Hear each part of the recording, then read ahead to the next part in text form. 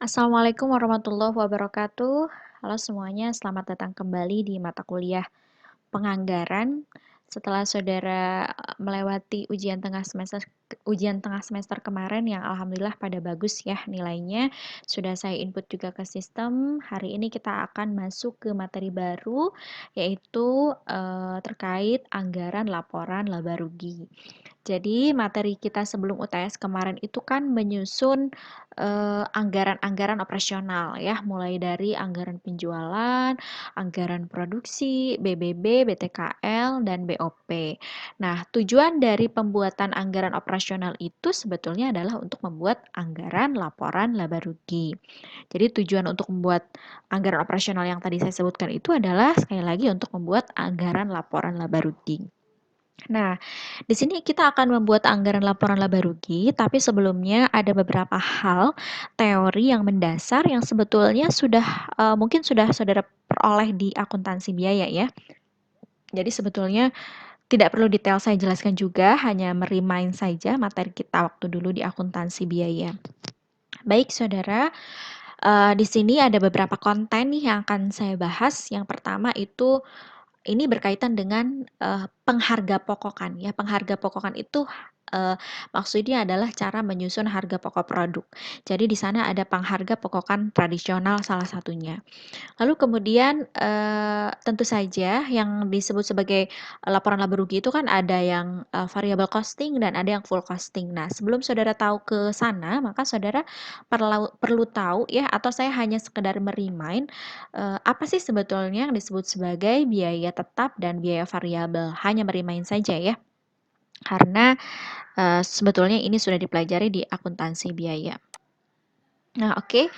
Lalu kemudian sebetulnya kelemahan biaya variabel itu apa? Dan kemudian kita akan masuk ke contoh kasus laporan laba rugi dengan menggunakan variable costing method, tapi saya juga tetap memberikan yang full costing.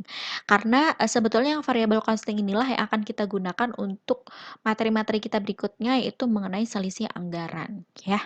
Oke. Next, ini ada yang disebut sebagai metode pengharga pokokan tradisional atau konvensional ya. Jadi nah, itu si pengharga pokokan tradisional itu dibagi dua lagi, ada full costing dan variable costing. Nah, ini bahasanya klasik banget ya. Bahasanya klasik banget nih, jadi metode pengharga pokokan penuh gitu ya, metode pengharga pokokan variabel. Ini sebetulnya bahasa kerennya tuh full costing dan variable costing gitu ya. Nah, kenapa disebut pengharga pokokan penuh? Ini katanya metode pengharga pokokan fungsional karena dalam metode ini biaya atau beban digolongkan berdasarkan fungsi yang terdapat dalam organisasi. Contohnya, fungsi operasi atau pabrik terdapat biaya pabrik yang menjadi tanggung jawab seorang manajer. Nah, metode ini biasanya digunakan pada akunting keuangan dan manajemen gitu ya. Pengharga pokokan penuh itu ya, full costing. Nanti akan dijelaskan nih perbedaannya. Lalu, kenapa sih sebetulnya disebut dengan metode pengharga pokokan langsung, dan metode ini biasanya hanya digunakan pada accounting manajemen untuk variable costing.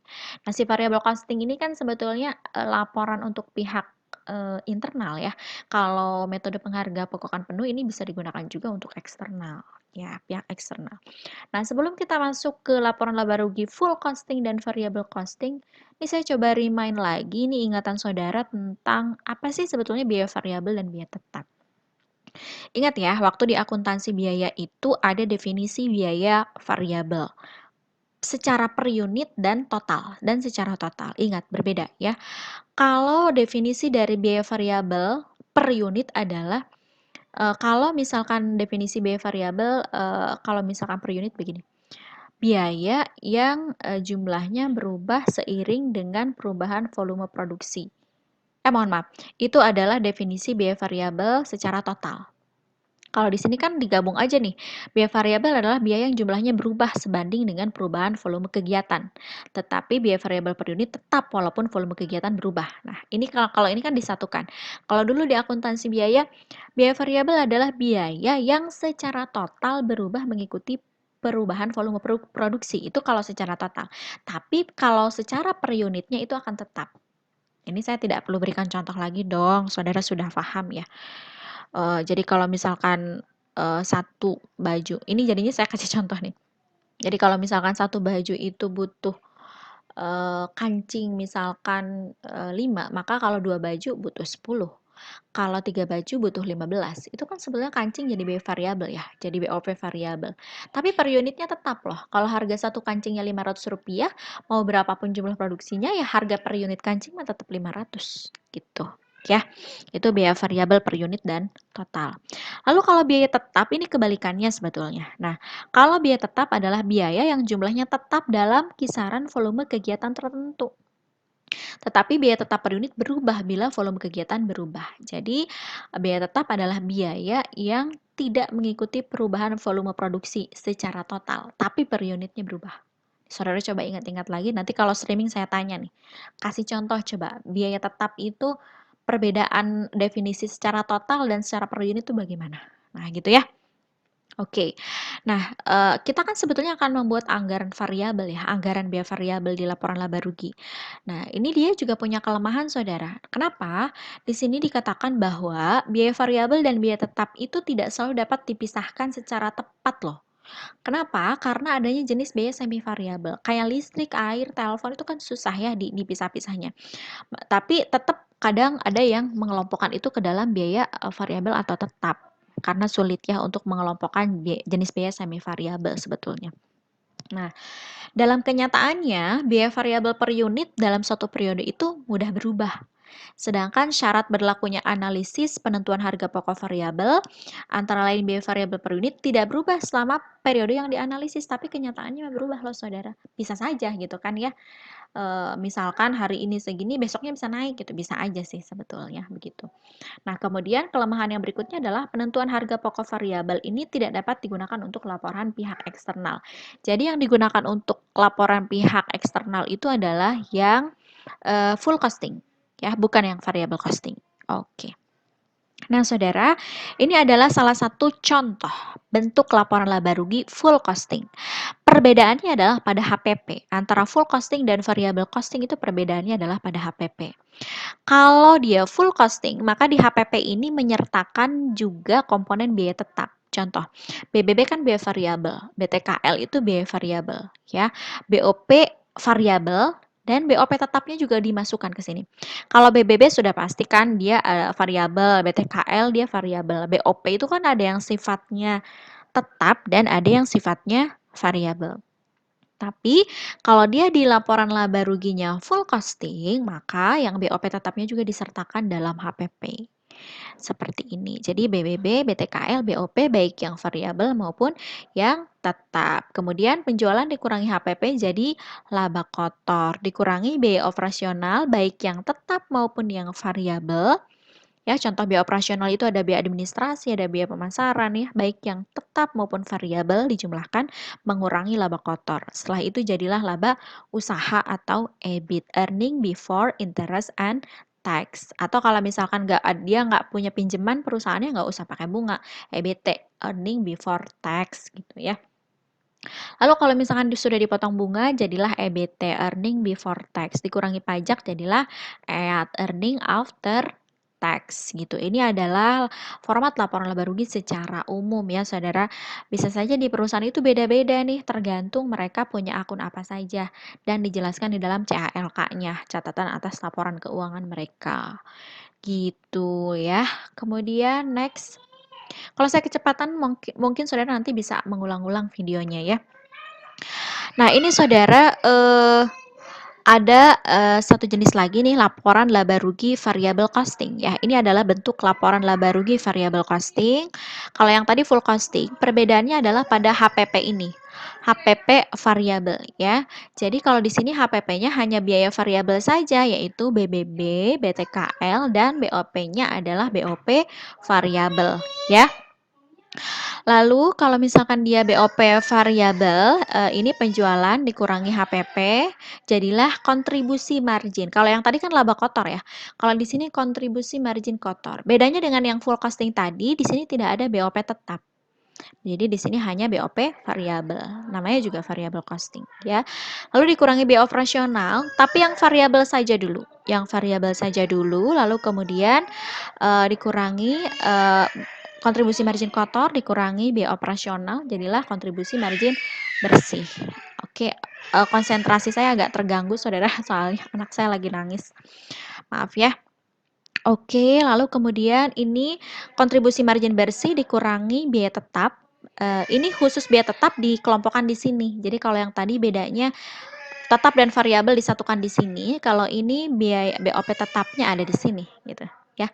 Biaya tetapnya dikelompokkan di salah satu akun sendiri, itu biaya tetap. Gabungkanlah di sini biaya tetap. Jadilah laba usaha atau EBIT. Lalu bunga, dikurangi bunga jadilah EBT sama seperti tadi, lalu dikurangi pajak jadilah EAT ya. Itu setelah itu jadi EAT, earning after tax. Oke, Saudara. Nah, ini contoh kasus saya lanjutkan lagi ya. Itu yang tadi konsep dan teori dasarnya. Sekarang kita coba lanjut ke contoh soal.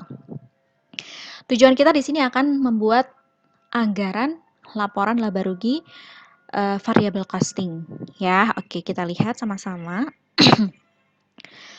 Di sini ada suatu perusahaan, nama perusahaannya adalah CV Bumi Permai.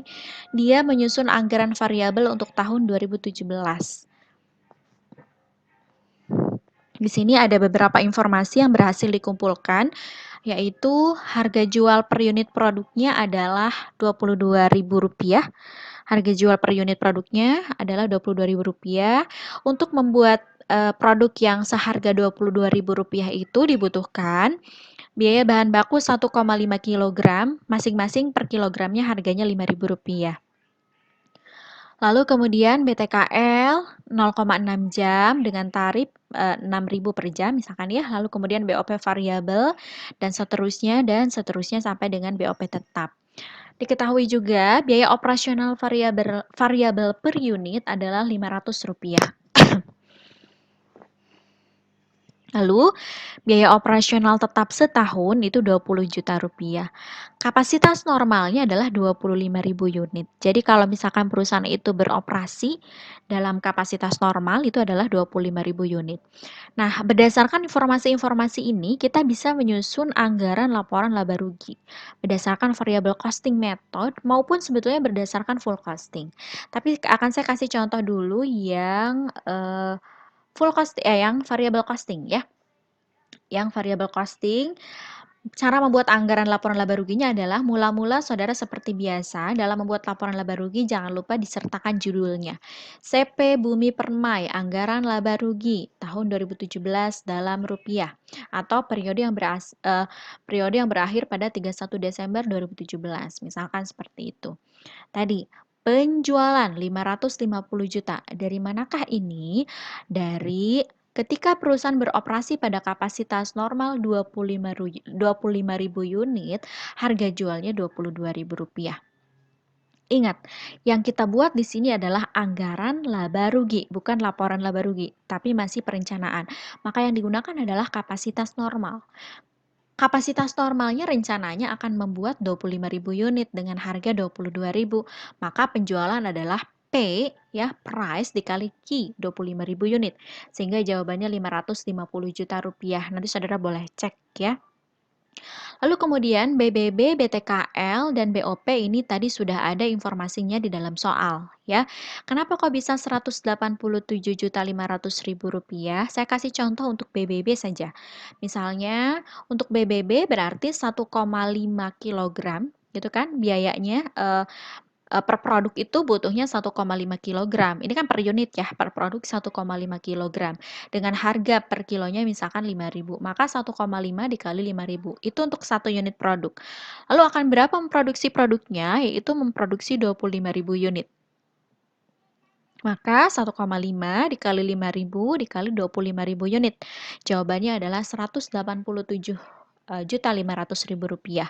Nah, begitu seterusnya untuk BTKL dan BOP variabel ya. Jadi cara menghitungnya untuk BTKL dan BOP variabel juga seperti itu.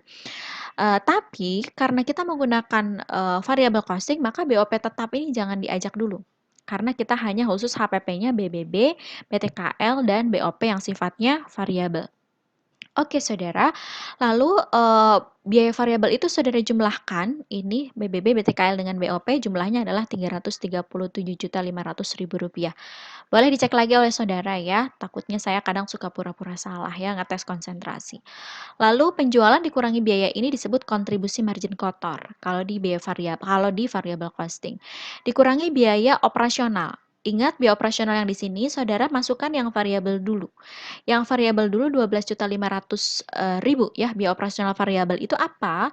Biaya operasional variabel itu per unit kan Rp500 dengan produksinya setahun 25.000. Maka Saudara tinggal kalikan Rp500 ini dengan 25.000. Jadilah biaya operasional variabel. Lalu kontribusi margin kotor dikurangi dengan biaya operasional variabel Rp12.500.000, jadilah kontribusi margin bersih. Ya, jadi kontribusi margin bersih, kemudian setelah itu biaya tetapnya disimpan di bawah. Oh ya, khusus sendiri nih, sendirian. Jadi ini yang disebut sebagai variable costing ya, biaya tetapnya dimasukin di bawah. BOP tetap tadi 50 juta, kita lihat betul ya. BOP tetap 50 juta itu dari 0,5 dikali 4.000 dikali 25.000. Lalu biaya operasional tetap setahunnya 20 juta, maka 50 tambah 20. Sehingga total biaya tetapnya 70 juta. Ini nggak kelihatan ya. Saya enshow aja. Nah, lalu kemudian ini total biaya tetapnya 70 juta sehingga EBIT-nya 200 juta dikurangi 70 juta jadi 130 juta. Di sini tidak ada, apa namanya, bunga ya, karena perusahaan di sini informasinya tidak menggunakan pinjaman untuk modalnya. Nah itu Saudara, ini adalah laporan laba rugi yang variable costing. Tapi nanti saya minta juga Saudara buatkan laporan laba rugi untuk, CV Bumi Permai dengan konsep atau dengan format yang full costing. Satu ya tugas Saudara. Lalu kemudian Saudara kerjakan yang ini, latihan soal NIPT Nusa Indah, Saudara buat laporan laba ruginya baik menggunakan variable costing maupun full costing. Yang full costing kan nggak dikasih contoh Bu, nih saya nanya sendiri jawab sendiri. Ini kalau yang full costing Saudara boleh lihat saja formatnya yang seperti ini tadi. Ya, hanya perbedaannya di sini kok, di HPP. Baik Saudara semuanya, itu saja materi kita berakhir di pertemuan, saat ini, pertemuan ke-9. Terima kasih atas, perhatiannya, semoga bermanfaat. Assalamualaikum warahmatullahi wabarakatuh.